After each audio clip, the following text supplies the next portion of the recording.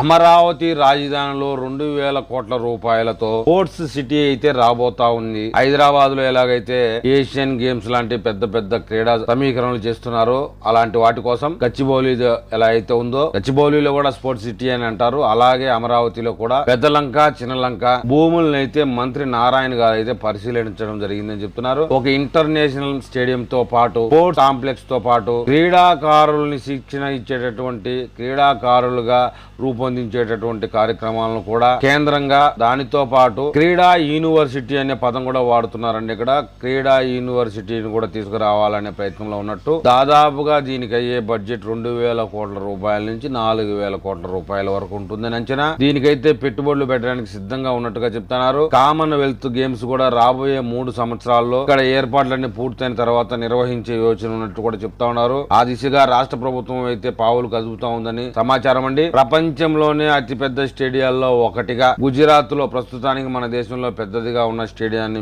మించి ఉండే విధంగా అమరావతి రాజధానిలో స్పోర్ట్స్ సిటీలో 200 కోట్ల రూపాయలతో స్టేడియం నిర్మించేందుకు బీసీసీఐ కూడా అంగీకరించినట్లుగా 60% నిధుల్ని విడుదల చేసేదానికి సిద్ధమైనట్టుగా కూడా చెప్తా ఉన్నారు. ఇక మిగతా 40% ఆంధ్ర క్రికెట్ అసోసియేషన్ ఆ సంఘం వాళ్ళు ఇవ్వడానికి సిద్ధమైనట్టుగా కూడా చెప్తున్నారు. ఇక స్పోర్ట్స్ సిటీ అమరావతిలో ఏ ప్రాంతంలో రాబోతోంది అన్న విషయం మీద క్లారిటీ అయితే వచ్చిందని చెప్తున్నారు.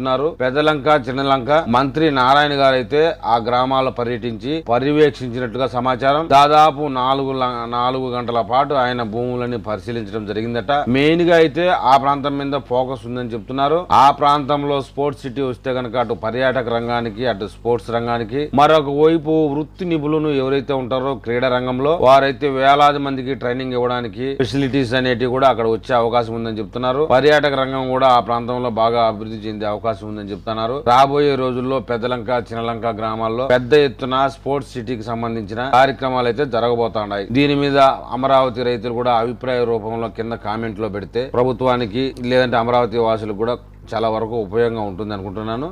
దయచేసి మీ అభిప్రాయాలని కామెంట్ రూపంలో పెట్టగలరు.